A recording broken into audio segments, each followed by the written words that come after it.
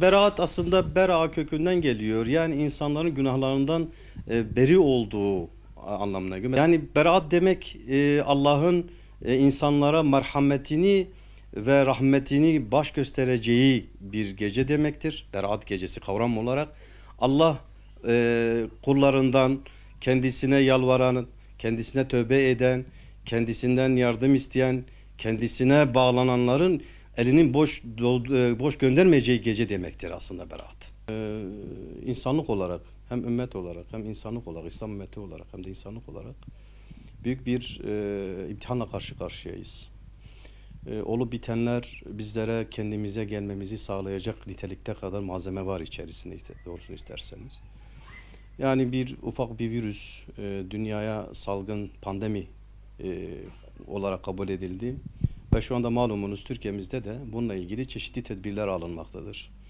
Bu tedbirler içerisinde yani bunun izole edilebilmesi için çoğumuzun evde olmamız gerektiği bizlere bildirildi. Bu vesileyle sadece ezanlarımız okunuyor bütün memlekette. Camilerimiz bugün sağlık kurullarının aldığı, Hıfzı Sıhhat Kurulu'nun aldığı kararlar gereği insanlarımızın bu pandemiyle ilgili olarak zarar görmemesi için cami ve müştemilatlarımız kapandı maalesef. Ama ezan-ı Muhammedi hala da gök kubbe altında okunmaya devam edecektir inşallah. Malumunuz gene yatsı namazından sonra biz hem çalışanlarımız için hem bu kaza ve belayı biz def edebilmek adına dua gücümüzü kullanarak minarelerimizde, bütün camilerimizde bu dua okunuyor. Tüm içtenliklerimizde biz amin diyeceğiz. Hepimiz bir Müslüman olarak öncelikle şu 4 şeye dikkat etmemiz gerekir. Öncelikle tedbir, sonra dua, ondan sonra tevekkül. Gerisi ise biz inançlı insanlar olarak takdiri de Allah'a bırakmak durumundayız. Çünkü biz Allah'a inanıyoruz ve takdirin onun getireceğine inanıyoruz. Ama takdiri Allah'a bırakırken de tedbiri elden bırakmamak lazım. Duayı elden bırakmamak lazım. Tevekkülü de elden bırakmamamız gerektiği kanaatindeyim. Bu sıkıntıyla biz yarın inşallah Berat Kandili'ne geçeceğiz. Berat Kandili peygamberin hayatında önemli bir yeri olduğu kanaatindeyim.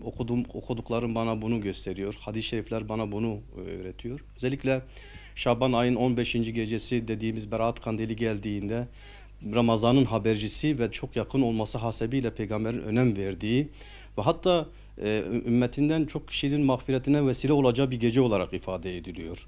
Başka hadis-i şeriflerde de bu gecede yapılan duaların makbul olacağı ifade ediliyor. O zaman bizlere ne düşüyor? Bu Berat Kandili nasıl yapmamız lazım? Neler yapmamız gerekiyor? Malumunuz çoğumuz evde kalalım uyarıları yapılıyor. Evde olmamız gerekiyor. Camilerimiz ara verildi, kapalı şu anda. Her ne kadar ezanlar okunsa da ama her birimize düşecek olan şudur. Her bir ev, her bir Müslüman evi mabede dönüştürülmelidir. Çocuklarımızla, eşlerimizle, evimizde bu cemaat namazını özellikle yerine getirmemiz, Kur'an'ı okumamız, Kur'an'da tefekkür etmemiz. Bir de bu musibet bazen bizlere tefekkürü, bazen tezekkürü daha iyi anlatılıyor.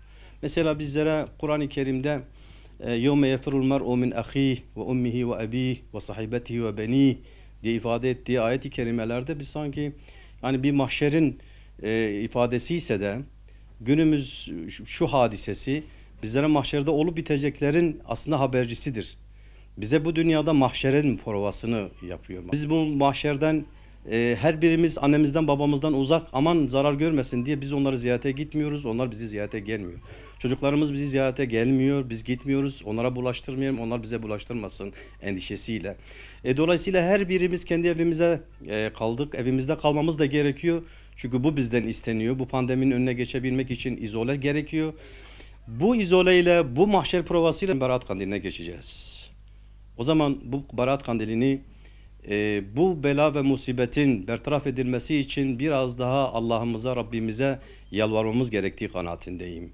İmkanımız olduğu süreç içerisinde yarın ve öbür gün yani salı ve çarşamba oruçlu geçirmemiz, gecesinde ise Rabbimize çocuklarımızla ailecek Allah'a ibadet etmeye, ona tadarru etmeye, yalvarmaya, gözyaşı dökmeye ve özellikle İslam ümmeti üzerinden ve bahusus bütün insanlık bir muzdarip içerisinde bu ızdırabın bertaraf edilmesi için Yüce Rabbimize duada bulunmamız gerektiği kanaatindeyim. Tavsiyem şudur, biz salı günü ve çarşamba günü oruçlu geçirmeye gayret gösterelim. Çünkü Ramazan biliyorsunuz Kur'an indiği aydır ve 1000 aydan hayırlı olan Kadir Gecesi var içerisinde.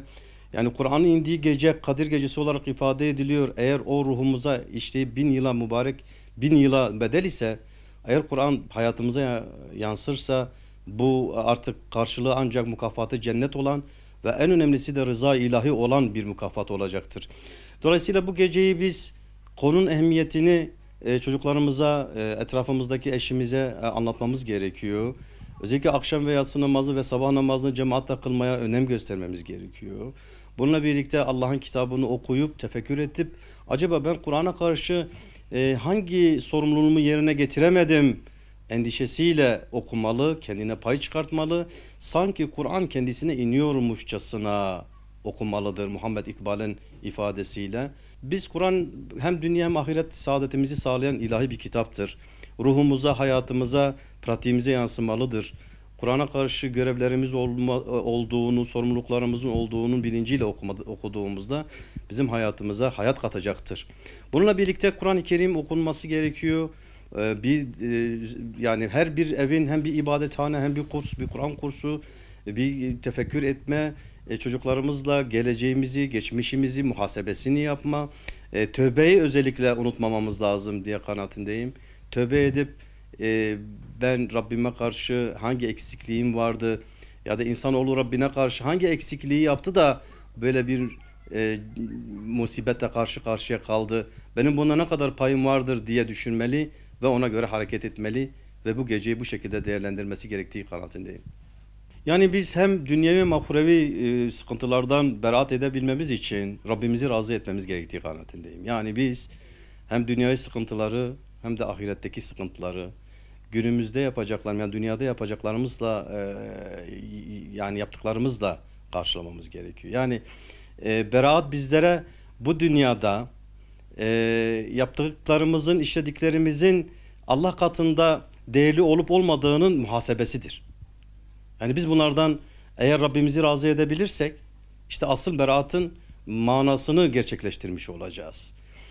Bu dünya tabii ahiret onun tarlası olacaktır. Hep böyle söylüyoruz. Bu dünyada Allah'ı razı edip de ahirette onun rızasına uygun bir Darüsselam'a gittiğinde bundan daha güzel bir mükafat olamayacaktır. Onun için hastalıklardan, özellikle pandemi olduğundan dolayı ben bahsediyorum. Bu pandemiden kurtulabilmek için bizim büyüklerimizin bize söyledik şeyler nelerdir, ona tedbir olarak uymamız gerekiyor. Bu bir beraatın gereğidir. İkincisi, Rabbimiz bizlere bu dünyada neler yapıp neler etmediklerimizi muhasebesini yapmamızı istiyor. O muhasebenin yapıldığı gecedir beraattır. Böyle yaptığımız zaman aslında insanoğlu olarak bunu yaptığımız zaman, kendimizle muhasebe ettiğimiz zaman bizim nerede olduğumuz net anlaşılacaktır.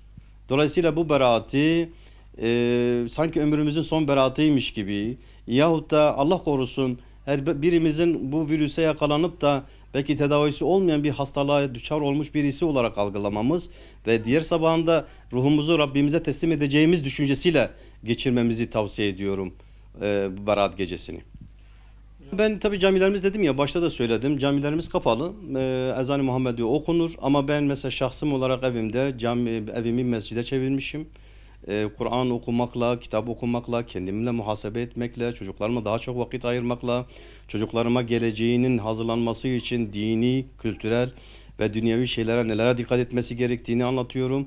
İnsanlarımızın da bu konuda bu boş vakittir, televizyonun yanında geçireyim ya da sosyal medyaya takılayım vaktini böyle boş boş harcaması, çünkü belli bir saatten sonra insana sıkıntı verir. Ama emin olun ki insan Kur'an'la haşir neşir olduğunda, Kur'an'ı anlayarak okuduğunda, Kur'an tükenmez bir okyanustur. Ona çok çok yol gösterecektir. Tabii bu vesileyle, yani Berat Gecesi vesilesiyle özellikle şimdiye kadar hayatını vefat eden tüm vatandaşlarımıza Allah'tan rahmet diliyorum. Bununla birlikte Peygamber Efendimizin şu hadisi beni dehşete düşürdü. Hakikaten de ne kadar değerli bir peygamber olduğunu ve ne kadar önemsenmesi gerektiği kanaatindeyim. O bana gösterdi o hadis. Diyor ki hadis-i şerifte, Buhari'de geçiyor.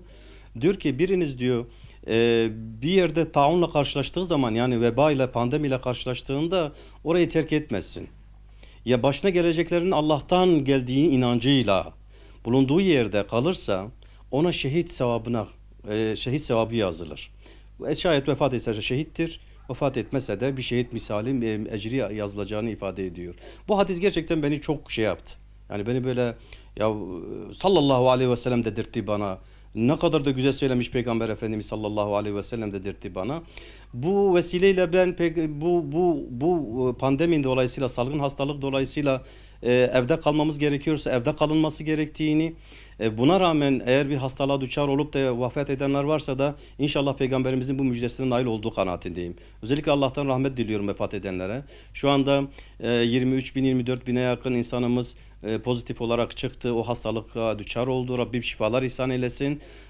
Rabbim memleketimizi, devletimizi, milletimizi, İslam alemini ve insanlık ailesini bu sıkıntıdan halas eylesin diye dua ediyorum.